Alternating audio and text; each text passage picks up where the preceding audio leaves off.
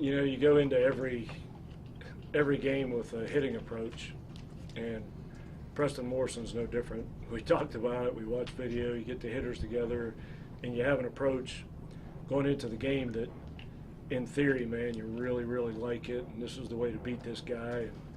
And we've done it before. We do it before every game with every pitcher, and he's a good pitcher. He just trashes that.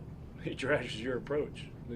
Our kids are trying as hard as they can to do what we're telling them to do, and hit the ball up the middle against them, or wait on the breaking ball, or hit the ball the other way, or sit on a particular pitch. But good pitchers have a way of trashing what you're doing. That's why he's had success. So our guys, I thought our competitiveness was great. I thought our at-bats, we gave a great effort with 7 hits. That's more than he normally gives up, and we had a couple opportunities to score runs with a man on second. But against a guy like that, opportunities are few and far between, and every time you get one, you got to take advantage of it every single time. And just, you know, the laws of baseball dictate that you can hit a ball hard or whatever, but you're not going to get hit every time. So to beat a guy like that, you got to take advantage of every opportunity, and we just didn't do that.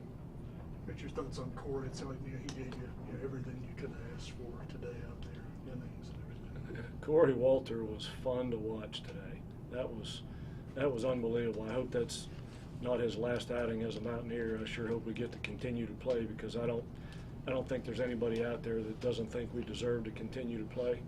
But he's been getting better and getting better and getting better. I think the difference with him was we gave him a start at Oklahoma on a Sunday, and I think he only threw 4 innings that day and gave up some runs. But I thought his stuff started clicking, and he got some opportunities after that.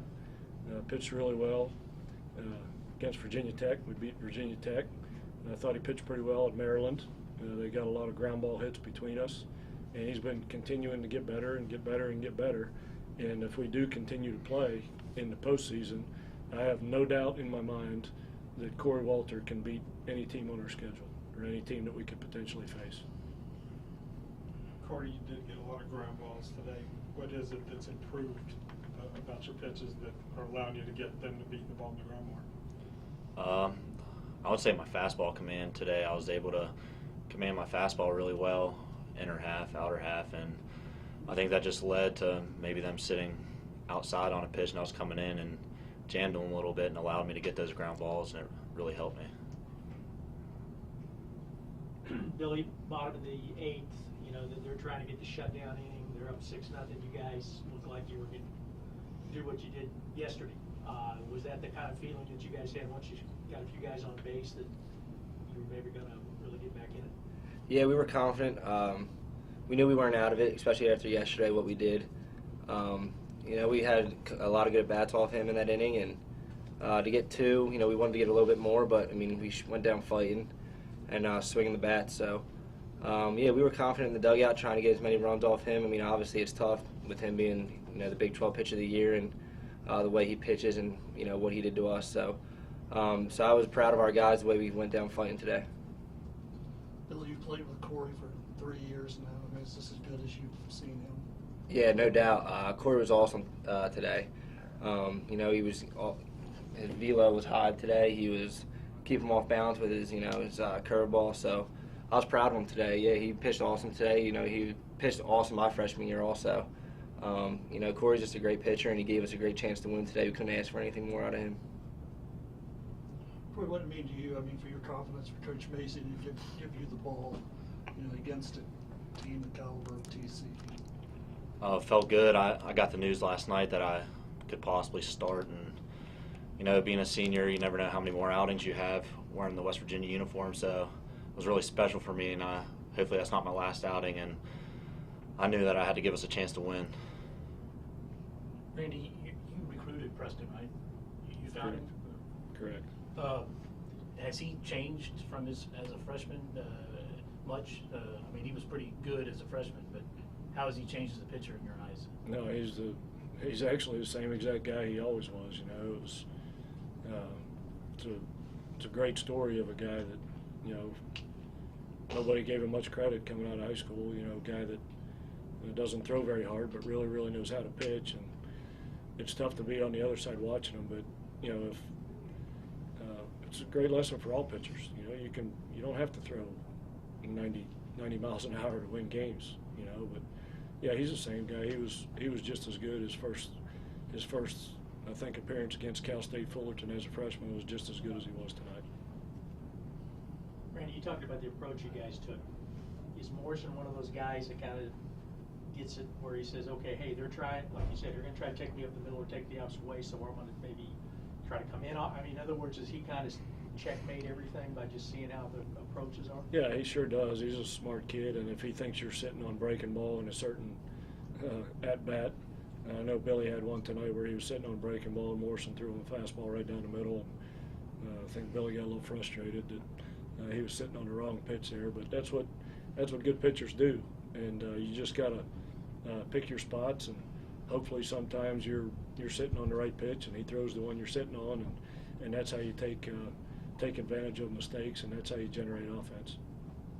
And at the 8th inning, when they kind of broke it open, this was 2 outs, there was a walk. I mean, those are the kind of things that bite you, right? Yeah, bite you in a big way. And no fault of Corey's by any stretch of the imagination because he pitched so well, but yeah, it's just he was all around the plate tonight. I think he only missed one time where the catcher had to reach up above his mask the whole night, and that's pitching, man. He was throwing hard on top of command, and he was sinking the ball, throwing his breaking ball. I thought, to be honest with you, I thought he matched Preston Morrison pitch for pitch the whole night. Corey, on that 3-2 pitch that was so tight with the bases loaded in the 8th, it looked like you were bouncing off the mound. It looked like you threw it where you wanted it. What was your perspective on the pitch? I thought it was good, but it was a ball, so I just had to keep working through there. I knew I had to minimize the runs, but didn't happen. Tough breaks, but that's pitching. That's part of the game. So what can you do? Was it a fastball? It was a fastball. Can you take us through the 2 plays where we had the really long runs? The first one that you got the glove on, kind of probably, and then the second one, obviously a great diving catch. Yeah, I turned the wrong way on the fly ball over my head, and it kind of drifted back to my other side, and I didn't turn around and just sprint back, and it ended up costing us a run, unfortunately. I wish I would like to have that one back, but I mean, there's nothing I can do. And then the other one, I guess I got a good read, and I was able to lay out for the ball. So. Did you call Jacob off on that, or did you just cut in front of you, knew it was you or nobody there? He said take it, so I knew I knew that I had to do something, so I laid out for the ball and just fell in my glove. Is the sun difficult out there? It seems for center and right field when it gets down low over the grandstand, it can be tough to pick up. It's not difficult at all in center field. I don't think it's difficult in left field either. It might be a little bit in right, but the sun's not really a problem because the stadium's so high, so it's fine. Sometimes you take it for granted who you got in center field, but Bobby's one of the best center fielders ever played at West Virginia. So you get to expecting that every time it goes up in the air that it's going to get caught. But he sets the bar really high for himself on the balls that he gets to out there. And most people on the ball that hit his glove wouldn't even have got to it. So he's one of the fastest guys in college baseball, and definitely the fastest guy on our team. So he plays an unbelievable center field. So he said the catch he made after that saved several runs. So.